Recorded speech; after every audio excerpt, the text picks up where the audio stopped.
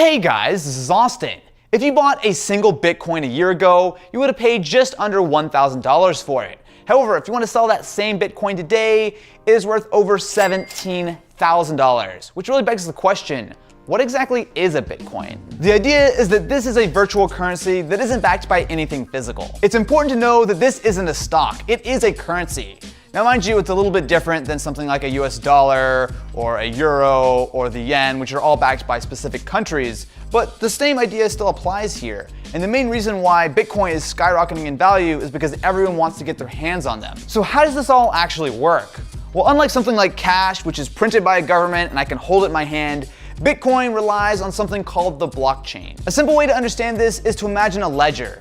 Every time anyone buys or sells anything related to Bitcoin, it is recorded in this ledger called the blockchain, and then it is copied hundreds and thousands of times every single hour across multiple computers to make sure that everyone is on the exact same page. What makes this interesting is the idea that because it is copied across all of these different computers and because it all is public, before I say, want to go buy a Bitcoin from Ken, or before he tries to sell me a pizza for a whole Bitcoin because he's greedy and wants to sell me a $17,000 pizza, I can actually see exactly how many Bitcoin are in his specific wallet and vice versa. It is all totally public. So say I want to buy that incredibly expensive and yet hopefully delicious pizza from Ken for a single Bitcoin.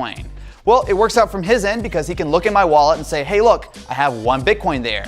I transfer it over to him, he receives it into his wallet, it's all recorded in the blockchain, and everything is totally fine. However, what happens when I decide to cheat the system and pretend that I have 50 Bitcoin in my wallet when I really don't have any at all?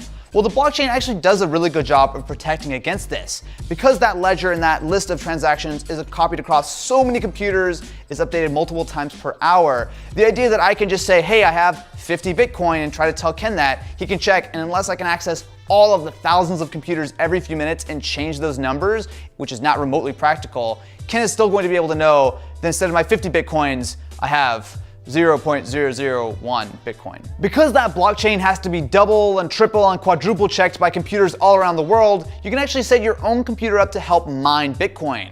Essentially, every single time that you help process a transaction and make sure that it's legit, you mine what is a very, very tiny amount of Bitcoin. If you were lucky enough to mine Bitcoin in the early days and held on to what you mined, you'd become a very, very rich person today. However, in 2017, if you want to set up a Bitcoin mining system, it really doesn't make a lot of sense. Bitcoin mining used to work best on PC graphics cards, which while originally meant for gaming, can actually do this kind of stuff fairly well. However, nowadays, ASICs have completely destroyed that market. An ASIC is essentially a small computer that its sole purpose in life is to mine Bitcoin. And when it does it a lot faster than your actual computer, which makes it totally obsolete. If you're interested, I did an entire video on crypto mining a few months back. Now, even though it's not profitable to mine Bitcoin anymore, there are other types of cryptocurrencies that you can actually make some money on if you have a pretty decent PC, and then trade those into Bitcoin. So if you guys want more information on that, you can check it out right here. By far the easiest way of getting your hands on Bitcoin is to simply buy them.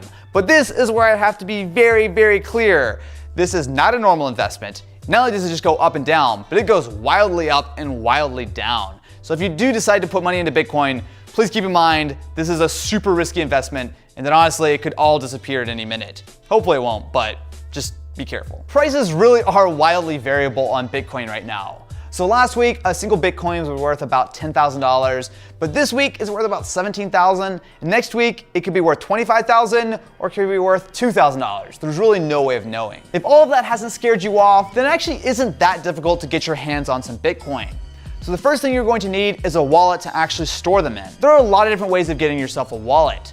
So on the very secure side, you can get a hardware wallet that is going to be fully offline, but for most people, the easiest way is to create an account at an exchange such as Coinbase. The advantage with Coinbase is that not only do they give you a wallet to store it in, but you can also purchase Bitcoin from them, as well as some other cryptocurrencies such as Litecoin and Ethereum, which are the other two major ones right now. All right, so after this long and arduous journey, we finally have our Bitcoin. However, what can we actually do with it? So some stores will actually allow you to buy things with Bitcoin. However, the vast majority of people are using it as more of an investment. So you can buy some here, hope the price goes up, and then turn around and sell it later. However, it's not all just digital. So there are some Bitcoin ATMs that you can go to in the real world, put your wallet information in, and withdraw or deposit into them. I don't know if I would really use these myself, but it's a cool idea. Cryptocurrencies like Bitcoin are a really interesting piece of tech to me, and the idea that they can be actual currency is super fascinating. However, how can it all go wrong? The big one is absolutely price. While yes, Bitcoin has skyrocketed in value this year, there's no guarantee that is going to continue in the future. And if you're not okay with a really risky thing like that, then Bitcoin is probably not for you. Even though the blockchain is secure, there's nothing stopping someone from being able to steal your own personal Bitcoin using your wallet. So just like if someone grabs your real world wallet and pulls the cash out of it, if someone has access to your Bitcoin wallet, they can absolutely pull your Bitcoin out of it. And this actually happened to me a few weeks ago. So I used to use a service called NiceHash to be able to mine some cryptocurrencies and then turn those into Bitcoin.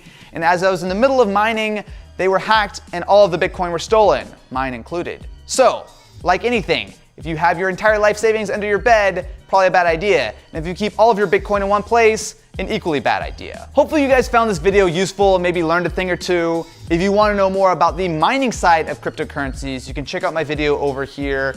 I'm curious, what do you guys think about Bitcoin? To me, it's really exciting, but let me know in the comments below and I will catch you in the next one.